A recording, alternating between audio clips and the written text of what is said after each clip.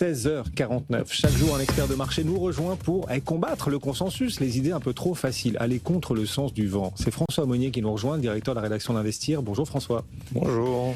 Donald Trump, c'est taco, il finit toujours par se dégonfler. Certains le pensent peut-être encore. Pas vous, vous dites bullshit. Vous foudroyez cette paresse qui consiste à croire que Donald Trump always chickens out, taco.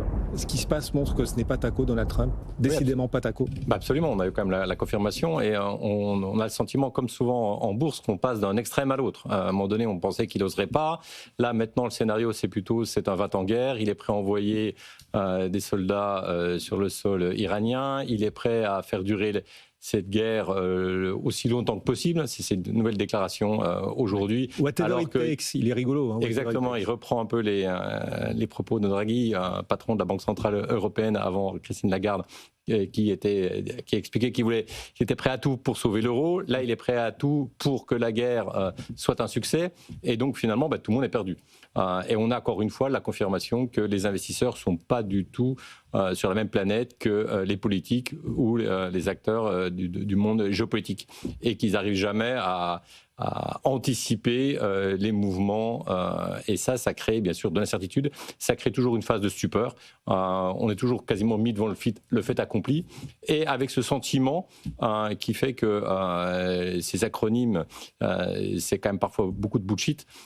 Mais en termes de communication, c'est bien, ça fait genre. Mais résultat, ça ne crée pas de la performance. Et là, on court après un petit peu le train qui passe. D'abord, qu'est-ce qu'il faut faire en bourse lorsque aussitôt vous avez un événement de la sorte, parce que ça va très vite, ça va même très très très vite, et donc souvent on se dit il faut rien faire, on est coincé, et donc là on est vraiment dans un marché où et c'est la confirmation qu'il faut être extrêmement diversifié. On est la confirmation qu'on est coincé. Et c'est le sentiment qui prédomine. Et résultat, vous aviez, avant le conflit, beaucoup d'experts qui vous expliquaient la situation géopolitique au Proche-Orient, elle est comme ci ou elle est comme ça. Et là, maintenant, depuis ce week-end, toutes les études qui sortent, qui sont assez argumentées, vont dans le même sens. On fait des scénarios. Donc, scénario central. Le scénario central aujourd'hui, c'est de dire on est plutôt dans une guerre courte avec des prix du pétrole qui peuvent rester élevés. Vous avez un scénario défavorable qui n'est pas majoritaire, mais attention, c'est l'enlisement. Et puis vous avez un scénario extrêmement favorable qui est de dire voilà, le régime des mollahs va tomber et l'Iran va devenir pro-américaine. Oui, et c'est pas non plus majoritaire. C'est pas non plus le scénario majoritaire. Mais tout le monde se met à faire des scénarios alors qu'il y a quelques jours, donc avant l'arrivée avant cette guerre, tout le monde avait une conviction relativement forte avec des probabilités, j'ai envie de dire, allez, à 99%, voilà ce qu'il va faire. Oui, il va se dégonfler. Oui, c'est du bluff. Il a toujours bluffé, etc.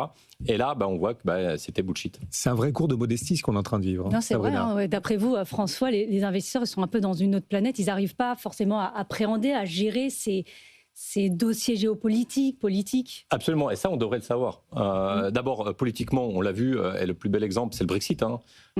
Quelques heures avant le Brexit, on avait des sondages, on avait des arguments, etc. C'était impossible que la City bascule, s'isole, alors que ils sont pro-business, donc ils ont besoin de liens avec le vieux continent, ils ont besoin de liens avec l'Union européenne. Jamais ça se passera.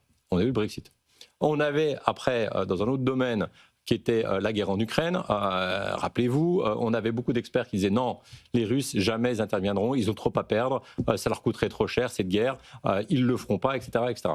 Et résultat, on a eu la guerre en Ukraine, ça a surpris tout le monde. D'abord la stupeur, et puis après, maintenant, on est depuis 2022 en guerre entre les Ukrainiens et les Russes, et ça a changé la face du monde, en tout cas la face de l'Europe. Et donc finalement, on se rend compte qu'il faut plutôt être modeste à l'égard des grands événements politiques ou géopolitiques, parce que, en tout cas, les investisseurs se trompent quasiment à chaque fois. Et j'ai même envie de dire modeste face à Donald Trump, parce qu'on s'amuse beaucoup de lui, il est très caricatural dans plein de domaines, mais il faut aussi rester modeste face à lui, parce qu'effectivement, il nous surprend. Mais il n'y a pas que Trump, c'est au global, au niveau de toutes les décisions politiques et géopolitiques qui ont marqué le monde au cours des 10, 20 ou 30 dernières années, eh bien, dans la plupart des cas, on s'est trompé. François, comment on agit en cas de conflit? On pourrait tenter d'investir dans la défense. Aujourd'hui, on a Thales en baisse. On a Rheinmetall aussi qui est en baisse. Alors, c'est peut-être pour une autre nouvelle aussi, parce que Ariane Group veut se mettre à produire des missiles. Donc, finalement, il y a même une concurrence entre les groupes européens. Donc, finalement, dans quoi on investit quand ça va mal? D'abord, quand ça va mal comme ça, il faut essayer de tenir les positions. Ce qu'il faut, c'est surtout, c'est peut-être un peu tard pour agir, mais il faut d'abord se dire, est-ce qu'on a bien construit son portefeuille? Et c'est pour ça que lorsque vous intégrez une valeur dans votre portefeuille, il faut savoir exactement pourquoi vous l'avez acheté, pour pouvoir tenir justement des situations un peu de stress, pas de stress extrême, parce que là on est sur une baisse, je veux dire 3%, oui c'est beaucoup, mais dans l'histoire boursière, voilà. On a connu pire. Hein. Les attentats du World Trade Center, c'était plus de 7% de baisse le jour de l'attentat. Et juste pendant la crise des subprimes, vous l'avez vécu aussi François, il y a eu une séance où le CAC perdait 20-22% sur une seule séance. On a eu des périodes extrêmement folles. Donc là pour l'instant on n'est pas dans les risques extrêmes. Pour reprendre l'exemple d'abord sur Thales, il faut voir que pour Thales, la publication très solide, mais ça ne change pas la donne. Ça ne change pas la donne aujourd'hui parce que les Américains et les Iraniens consomment plutôt des armes et des missiles américains et que c'est plutôt favorable à Leonardo. Et Leonardo, je crois, monte encore aujourd'hui. Donc, l'italien. Donc, voilà. Donc, pour l'instant, pour les grands acteurs... On ne pensait pas Leonardo DiCaprio, il n'y a pas de souci. Non, ce n'est pas Leonardo DiCaprio. Pour ça, ouais. C'est pas non plus le Titanic. On est dans le monde des missiles et pas des bateaux. Donc, ce qu'il faut, c'est tenir sa position, se rappeler que la bourse, ça peut pas paraître contre-intuitif, mais a tendance plutôt à monter en période de guerre, en période de conflit. Un an après le début d'un conflit, on a des marchés qui sont plus hauts. Et ça, après, il y a eu quelques exceptions. Si on prend la guerre en Ukraine, le Dow Jones, un an après, il était 3% en dessous de son niveau de la veille du conflit. On a eu aussi au cours du blocus de Berlin en 1948, on a eu les attentats du World Trade Center et la guerre en Syrie, où là, les marchés n'avaient pas retrouvé une tendance haussière un an après. Mais globalement, à chaque fois, les deux guerres du Golfe, ça n'a pas empêché la hausse du marché. Les attentats malheureux à Madrid ou à Londres, ça n'a pas empêché le marché de monter. Donc la bourse n'est pas si sensible aux crises géopolitiques et aux guerres, même si médiatiquement, évidemment, ça fait peur, il y a des morts, etc. La bourse est extrêmement, elle, sensible aux crises financières, aux crises immobilières et au dégonflement des bulles spéculatives. C'est ça les grands mots de la bourse. Et là, pour l'instant, il faut surveiller en fait l'évolution des banques pour vraiment être inquiet. Là, on voit que les banques quand même baissent fortement. Beaucoup plus qu'aux États-Unis. Voilà, une baisse d'une dizaine de pourcents, c'est le tarif. En 2 jours. Là. À chaque fois qu'il y a ce type d'événement, et encore une fois, on l'a vu très bien lors des attentats de Madrid et de Londres, c'est une dizaine de pourcents, c'est le prix à payer, parce que tout le monde se dit, après l'inflation, c'est la stagflation. C'est-à-dire, l'inflation va attaquer le pouvoir d'achat et il y aura moins de croissance.